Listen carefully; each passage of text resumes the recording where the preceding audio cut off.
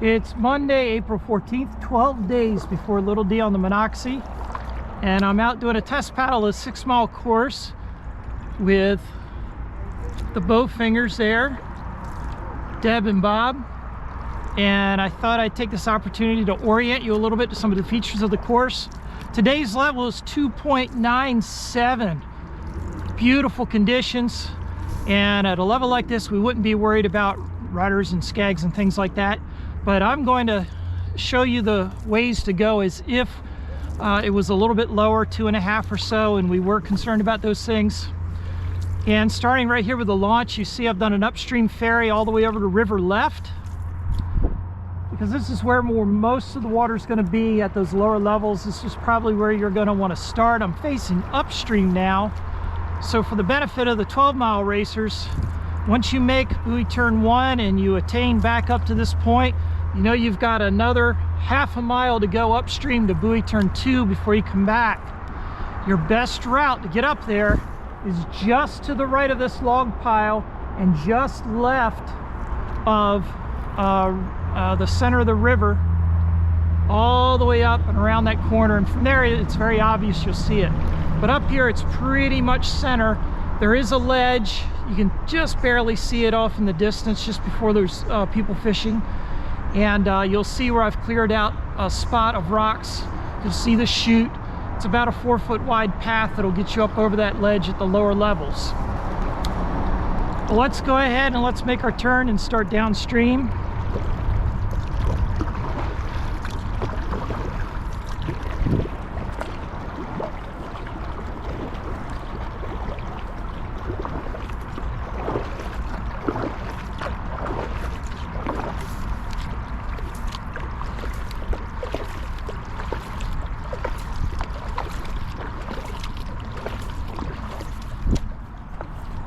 Now we can see straight ahead, about, I don't know, 100 yards in, there's a big island.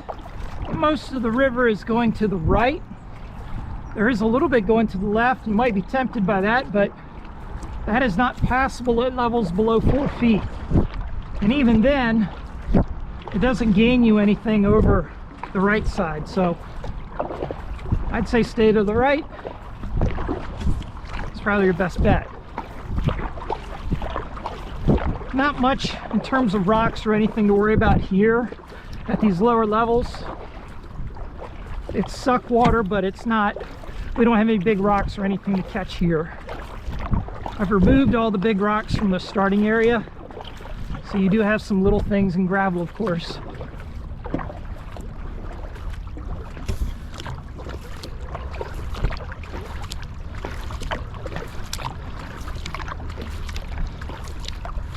And today I'm paddling what's turned out to be my favorite boat. It's a Jensen C1F for flat water.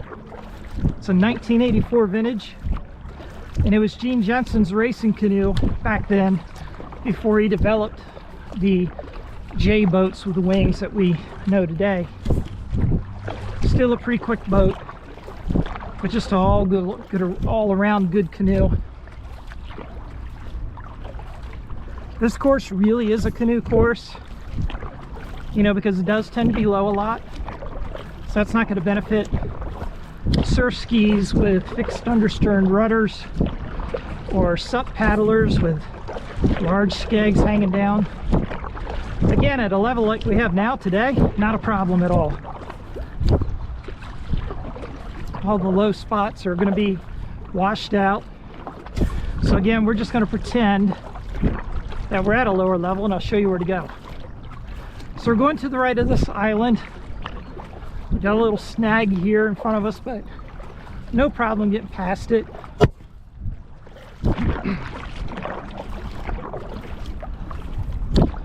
You can see the smoother water dead ahead. It's kind of aiming us where we want to go. And you can see the bubbles right there generated by the snag. They're also kind of guiding us where we want to go. There's a ledge off to our left here, you can see where some things are stuck on it. But over here on the right side of the ledge, there's deeper water. And I'm going to get pretty close to the edge here to find this deep water.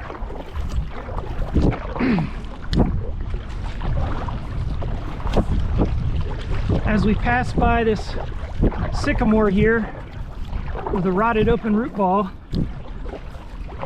we're coming up on steel wall. And at this level you can't see it, but just inside the eddy line there's a bunch of rebar. Actually, there's one right there, you can see it. There's a lot more right here. So we do not want to go anywhere near steel wall in the eddy. As soon as we get past the eddy of steel wall, we're going to stay right up center. That's where most of the water is. Here's another little ledge. Now again, at today's level, do what you want. But at a lower level, you see this sort of a V shape directly in front of my bow now. That's telling me where to go.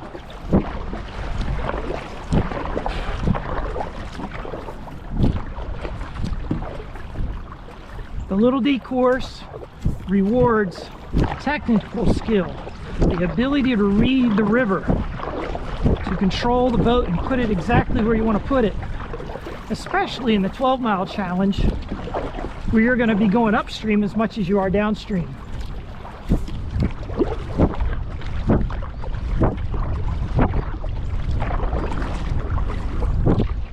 Again, stand to the outside still, river right, deeper water. Now in the 12-mile challenge, pause here for a second, you're going to be coming up river left and using those eddies to kind of eddy hop back up to the start and then back up to the second buoy.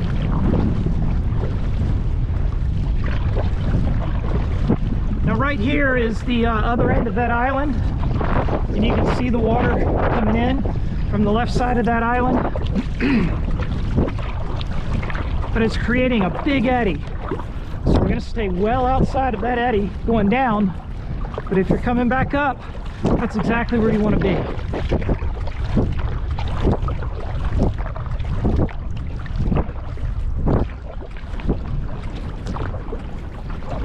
It's a little shallow there in that eddy. Doesn't do you any good to cut this corner. It's not like trail running where you always cut the corners. Usually the deeper water is on the outside of the turn.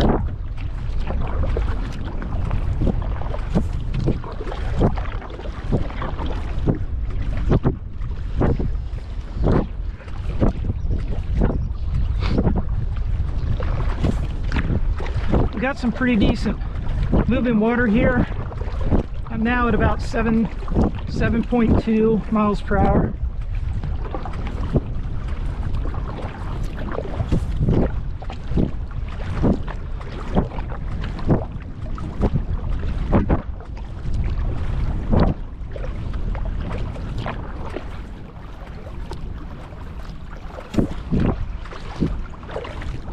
There's Bob and Deb up ahead. Maybe catching them soon. When I see a little disturbance like that, or something just underwater creating it, don't want to go there. Don't want to find out what that is. I'm trying to stay in the cleaner water.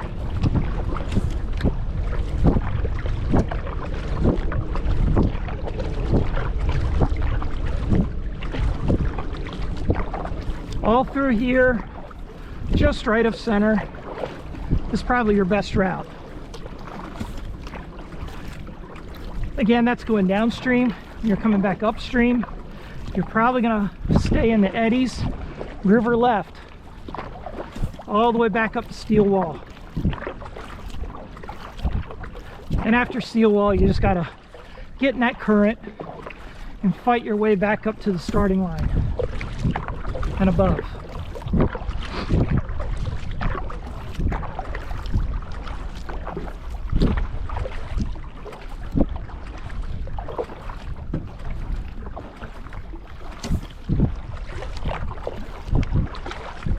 All this is deep water. Even at low levels, there's really nothing here to worry about at all.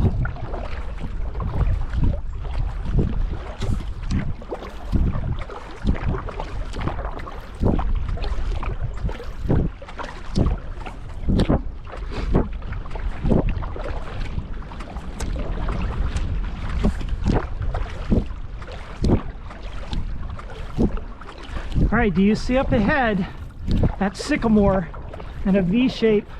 My bow's pointing right at it right now. That's what I'm aiming for now. Aim directly for that tree.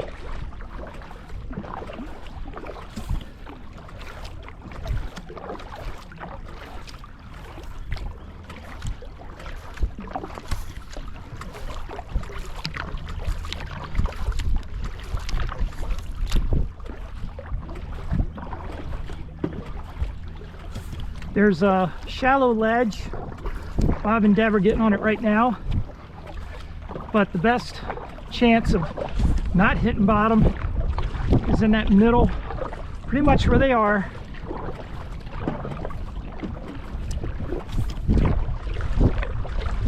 Aiming right for that tree.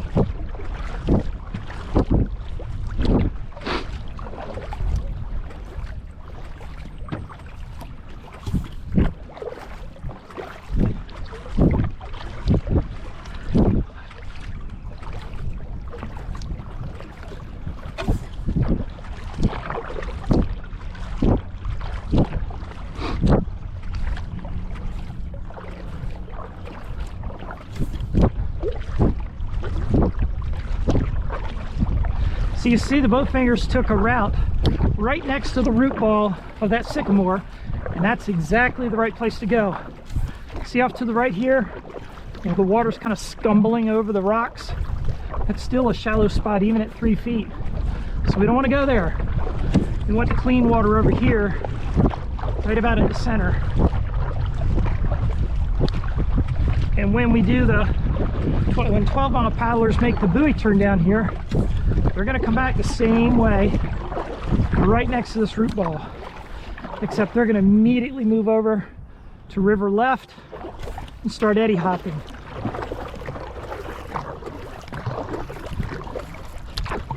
The current's going to take you around the root ball. See how it's pushing my bow to the right? I'm going to follow this eddy line here. That's your deeper water right here.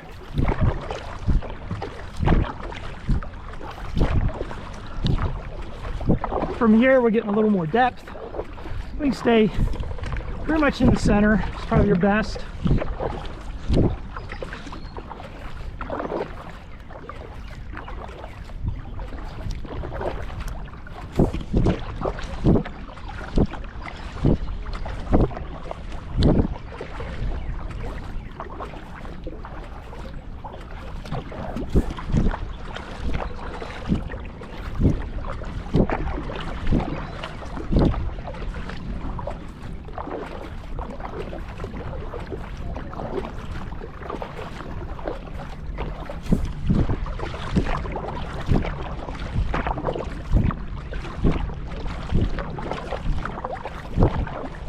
I forgot to mention the sliding board, which is right next to downstream of steel wall. That's all part of the municipal water treatment plant. Fort Detrick also has a water treatment plant there.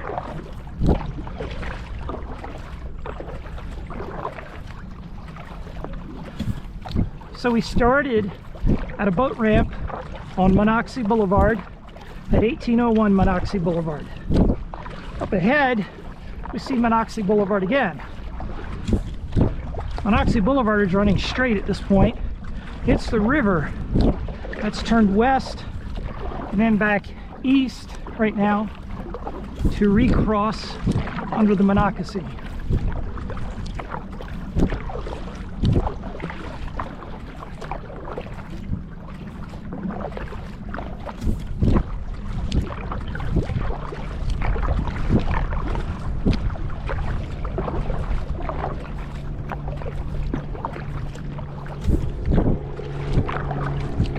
Still running pretty much in the center.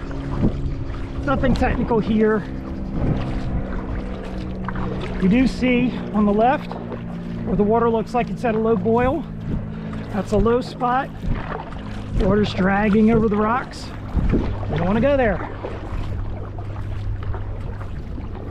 I have another video on my YouTube page. Search YouTube for Steve Corbett Canoe and then look for how to read the river. Tried to make it very direct and simple It was really made for people coming out here.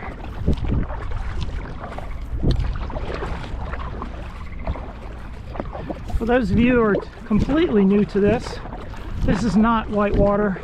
There's no whitewater anywhere along this course.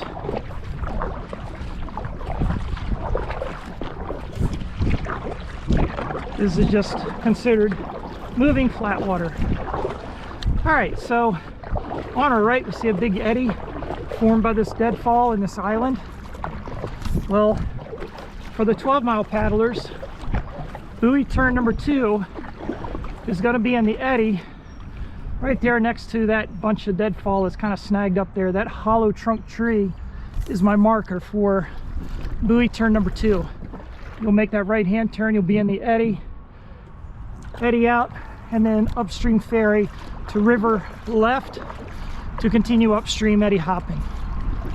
This looks intimidating, all this wood around the bridge abutments, but you see where the bow fingers are going. We're going to stay to the right here. That's your deepest water right where they are, and that's where we're about to go. You can see there's something in the water right there, big log or something. Up ahead here you can see some rocks and logs. You can see the smoother water that I'm aiming for right now. I'm going to get pushed a little bit to the right, which is fine. Here we go. And then straight ahead a bit, closer to the bank, and pushed out a little bit to the left, and that's fine. This is the fastest water.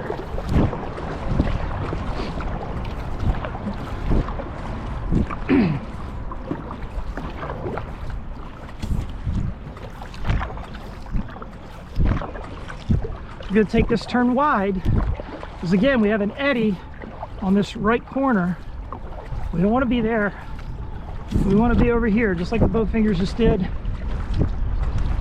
And you can see they're skirting their eddy on the left, formed by this giant cliff. We don't want to go in that eddy either. The fastest water is threading the eye of the needle between these eddies. Not really a needle, and it's this big. We got a little bit of wind today, but I hope my mic is picking me up okay.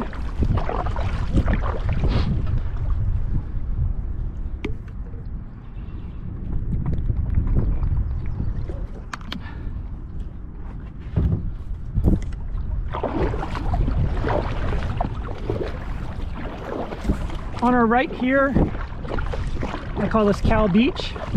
It's a shallow spot, and in the summer when it's really hot, cows come down out of that field and they bathe right here.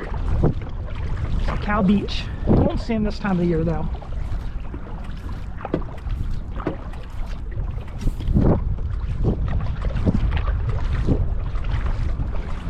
As we're getting closer to Bob and Deb, we can maybe see some of the waves they're creating.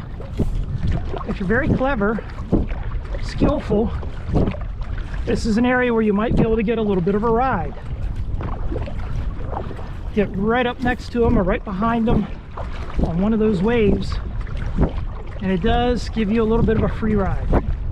But you have to have the skill to maintain that distance without hitting them and to stay precisely on the wave where you want to be.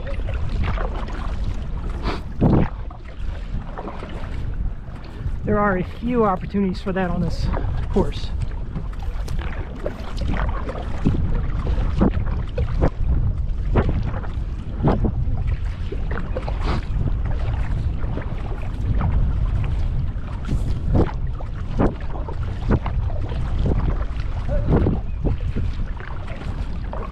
You're seeing Bob and Deb demonstrate what's called the sit and switch technique. It's the racing technique used throughout North America and Canada using bench shaft, lightweight carbon fiber paddles. They change sides simultaneously. Gene Zenchen invented the bench shaft paddle, I believe it was 1967 or 68. He and his partner Tom Estes brought it to the races that year, and at that time Everybody was using a straight shaft paddle with a large round blade, almost looked like a banjo. And they were mocked for such small, weird shaped paddles. But then they started winning races. And within a couple years, everybody was using one of those. It's very efficient, even if you're not trying to go fast. It's just a much, much better way to go in flat water, not necessarily white water, obviously. Right here next to Deb and Bob, you can see that wave. And that would be a nice wave to ride because it's kind of a bigger boat than mine.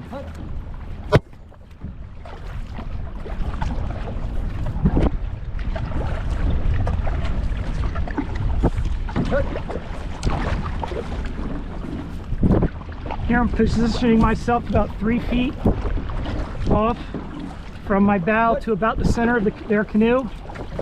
So there's plenty of room for our paddles, but I'm just riding that wave. And now it becomes a lot easier for me to paddle. I can rest a little bit. I'm not having to pull nearly as hard because I'm borrowing some of the energy they're creating. Etiquette would require that we take turns doing this.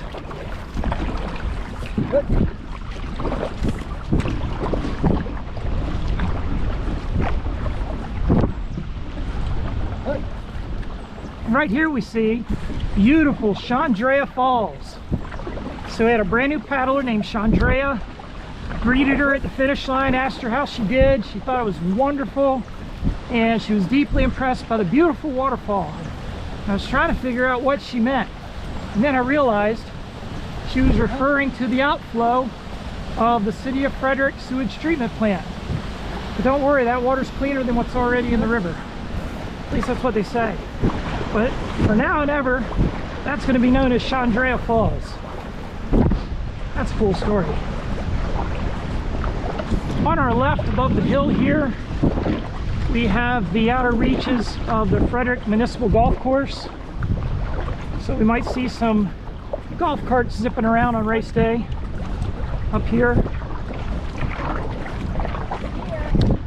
All right, at lower levels, there are a couple ledges here. Again, you're looking for that smooth downstream pointing V. It's not very technical. You'll have plenty of time to see it and move to where you need to go. They're mostly in the middle, a little bit right, a little bit left. I can't show you exactly where they are right now because they're all gone at this level. Trying to stay on the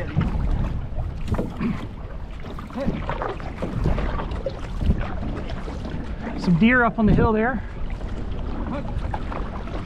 In addition to deer, we can see turkey, fox, we can see eagles out here, great blue herons, all kinds of ducks, hawks, occasionally a beaver maybe.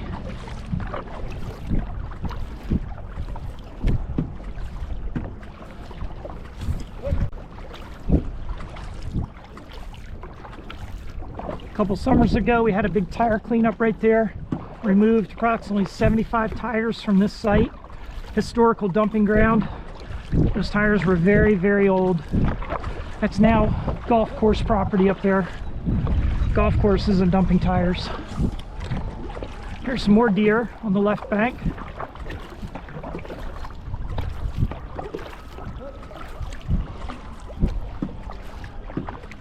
You're hearing Bob say hut. That's a signal to switch. That was also something that Gene Jensen and Tom Estes came up with. They're both former military, I believe, and so they borrowed that sound, and it's something that's easy to, a sound that's even easy to make even when you're tired. Up north they tend to go hup instead of hut, but it's the same idea. Look here at the downstream V right here in the middle. This is where I want to go. I don't want to go there, that's a rock. I don't want to go there, that's a rock. So the V's that are pointing toward you are bad. Don't go there. You want the V's that are pointing downstream. The waves that we see here, that's just faster water slamming into the back of slower water up ahead, kind of piling up like a traffic jam, you know? Coming down the hill going fast, and everybody's on their brakes at the bottom and everybody's got to slow down. That's what these waves are. There's nothing underneath the water here to worry about. Up ahead here, we do see something.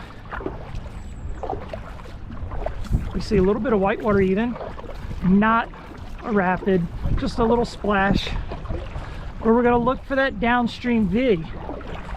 Clearest one we can find. Way off to the left, we see that boiling water. We don't want to go there. I do see here this broad expanse of smoother water, followed by those compression waves, those traffic jam waves. But that dead ahead of me is a rock, so I'm going to cut to the right and follow this fast water past that rock to the outside of the turn, which is generally where the fast water will be found. Again, on the inside we see that boiling water. Don't want to go there. Kind of see boiling water all the way across, don't we? So I'm going to find the bigger waves, deeper water right here. You can almost see this is what's called a wave train, a set of waves that are stacked up on one another. That's where the deeper water is. That's your safest route right there at any level. At very low levels, you see some of these what I call razorback rocks off to the right. There's a couple of them here at lower levels that become exposed. So I try to stay center or left of center coming through here. Right up ahead there's something in the water. I don't want to be there. I'm going to skirt that to the left. Faster water on the outside of the bend. But here, the inside, it's a little shallower, but it's clear. If you want to go inside, you can. See if that works better for you. I generally stay to the outside here.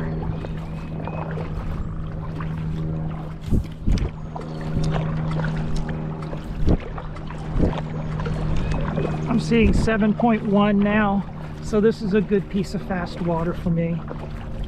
That's pretty fast for this canoe.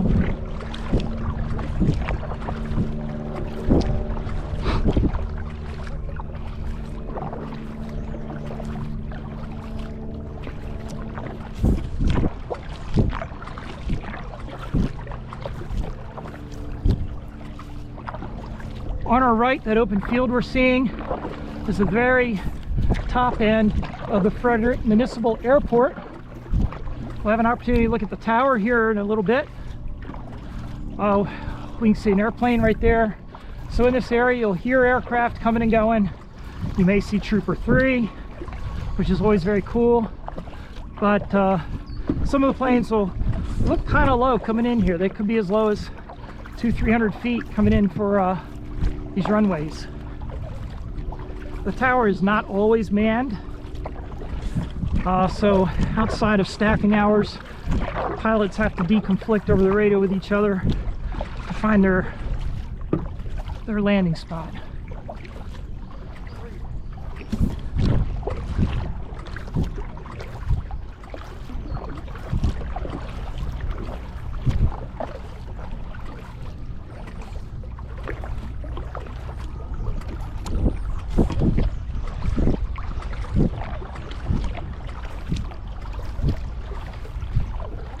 On the right, on the inside of this turn, I call it Picnic Beach. In the summertime, it's common to see people pulled over there. It's a good stopping point. We're now 3 miles downstream from where we started, so this is halfway to Pine Cliff. People pull over there to have lunch, so I call it Picnic Beach. This section of the course we're entering now is the deepest, slowest water. There's never a problem through here with rudders or skegs, but it is slow. And since it's right next to the airport, you're not going anywhere anytime soon here. I call this airport lobby. We're going to be in it for a while. And at this point, I will fast forward the video so you don't have to be watching me slog my way through airport lobby. Here comes Linganore Creek now on our left. Now this is a section that you do have to pay attention to a little bit. This is the fastest water of the entire course, because what's happening is straight ahead of my boat, hard to see at this level, but there's a line of rocks extending halfway across the river, right from the mouth of Ligonor Creek. You can see the biggest ones right there in the middle. So the river is being forced all the way to the right, and it's accelerating through there, kind of like when you put your thumb over the end of a water hose, how it squirts out harder. That's what's happening here.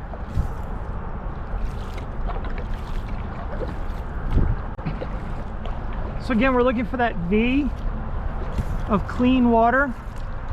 It's going to point us downstream, and the compression waves, the wave train we call it, that's at the bottom of that V.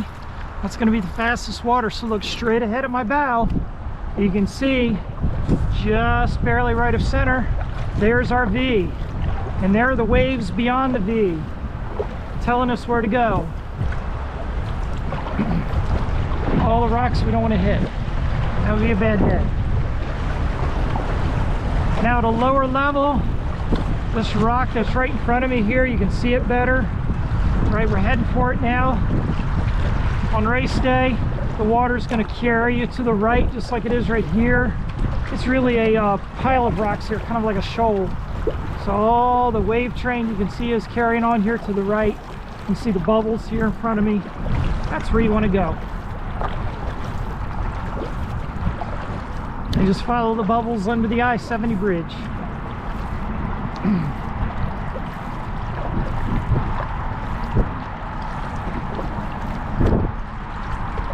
I'm doing 7.2 miles per hour here, not even really paddling very hard. 4 feet one way or the other really changes that.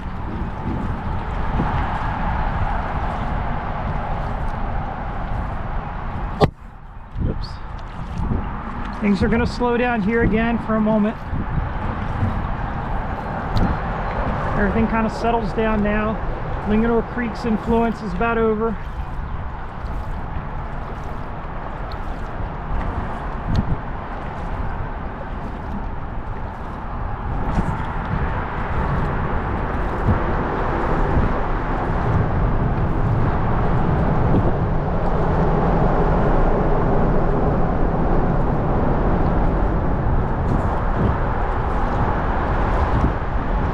Now the gauge that we use for Little D on the Monocacy is the Monocacy Boulevard gauge, right at the starting line. But right here on our right is our second gauge on the course. That's the I-70 gauge. Generally reads just a little bit higher than the Monocacy Boulevard gauge, which makes sense. We're closer to the mouth. More water, an extra creek and all that.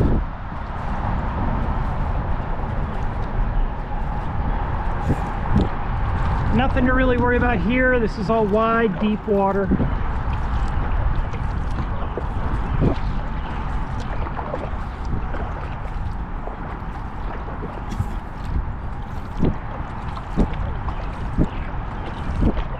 Airport lobby, and now this section are places where surf skis could have a lot of fun. Just open it up, not worry about it.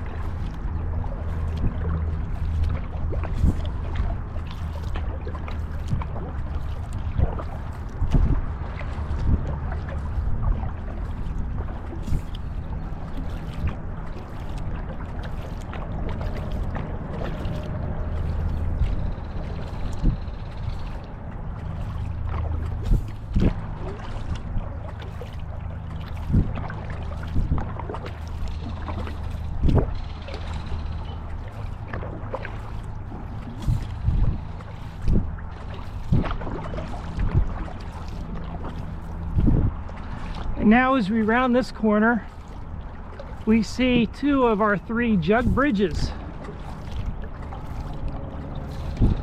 The concrete kind of Art Deco type arch bridge we see directly in front of us is the second iteration of jug bridge. I believe that was opened in the 50s and was closed in the 80s. It's now open only to pedestrian traffic. The blue steel bridge, truss bridge you see beyond it, is the current jug bridge. National Highway, Route 144. But if you look carefully, in just a moment, to our left and our right, we can see the foundations of the original Civil War era jug bridge built in the 1860s.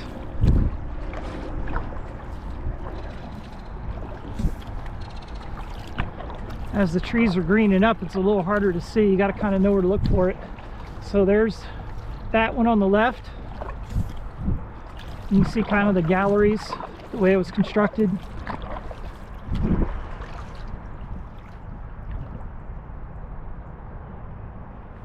And then we see the same thing here on the right. You see the stonework, how tightly packed that stonework is.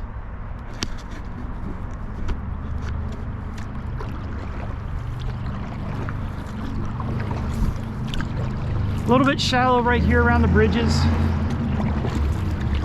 There's always going to be shallow spots around bridges for where construction debris and whatnot, demolition debris, is kind of left in the water.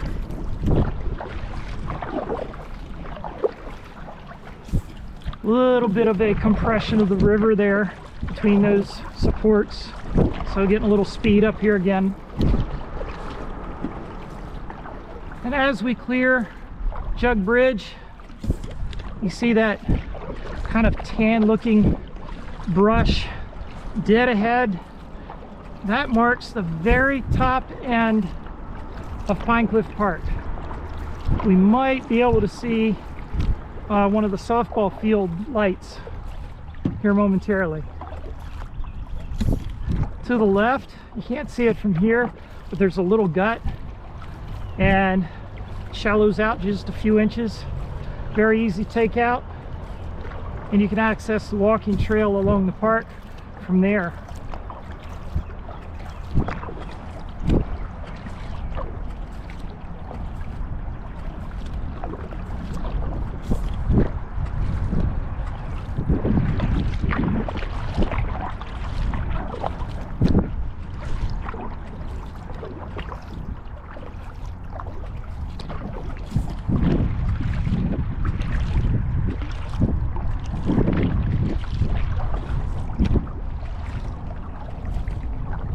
Again, this is slow, deep water.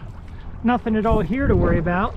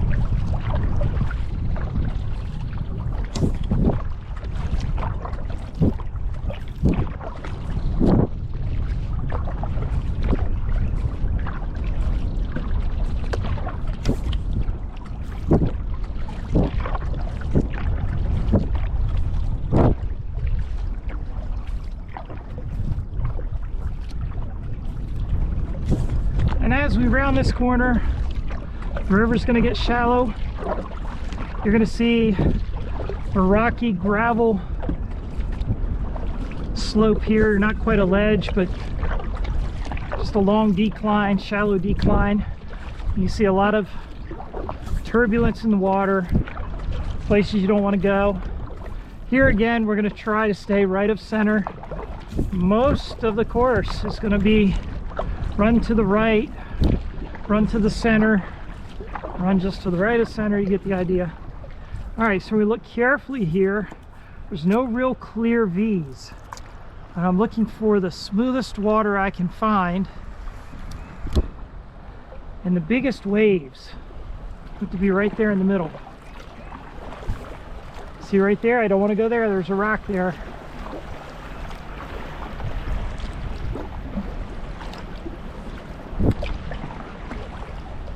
These are rocks that are too big for me to move. There's one there. There's a smaller one here. Might hit your paddle here a little bit. There's a rock there that's under the surface. I'm going to steer to the right, just around it right there. And I'm going to go back to the outside to river right here a little bit. There is a definite ledge coming up here. It's probably invisible at this level, but I was able to clear a spot on that ledge best I could. Again, it's right of center. That's the theme today.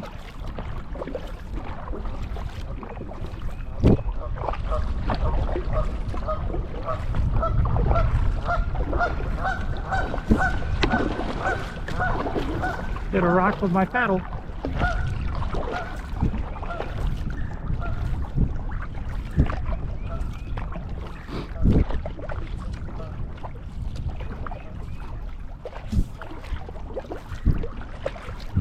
All right, you can barely see it here, but this is the ledge. It's more definite at lower levels.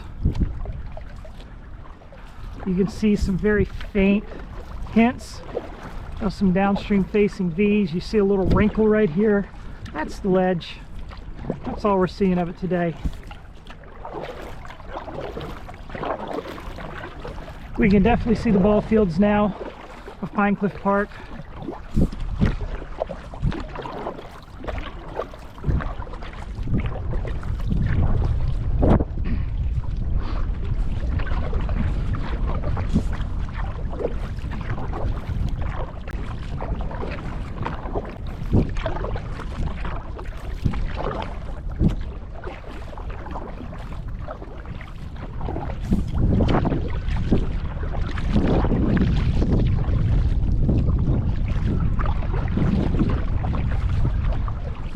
And as we come around this last bend, we can see Reichs Ford Road Bridge off in the distance.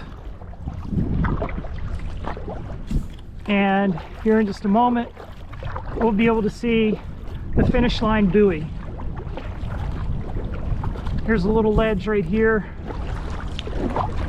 Looking for the this little somewhat of a V and this little wave train right here. That's your clearest water right here. Fastest water.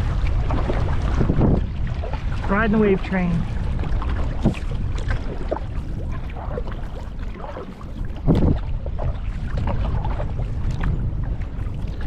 Now 12-mile paddlers, you will not be stopping here at the finish line.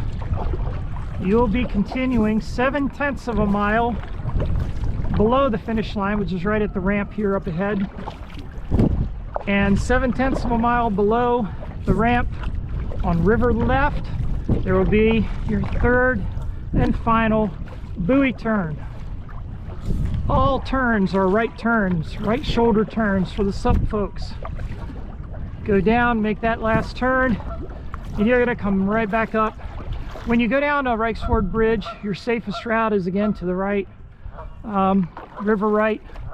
When you're coming back up, you'll have an option attaining that bridge, whether you want to go river left or river right. It's really up to you, 6 1/2 dozen the other.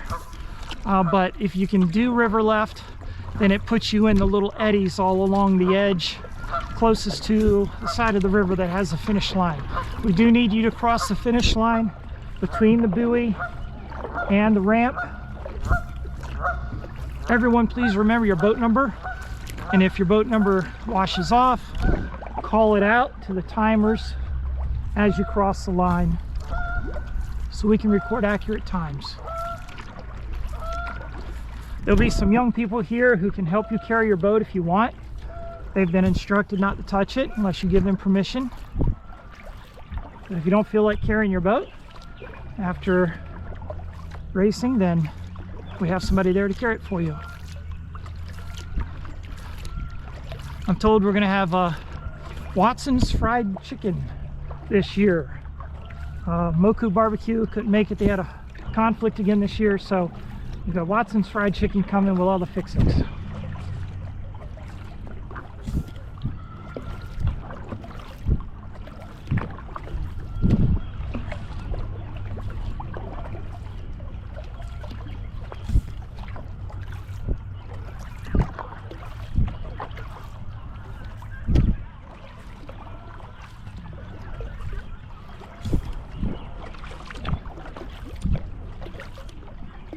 And there's our ramp. That's our finish line. There are rocks deliberately put here by the county all around this ramp for stabilization.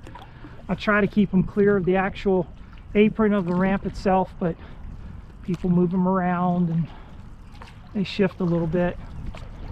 So just be careful right here in this area as you eddy out and pull out.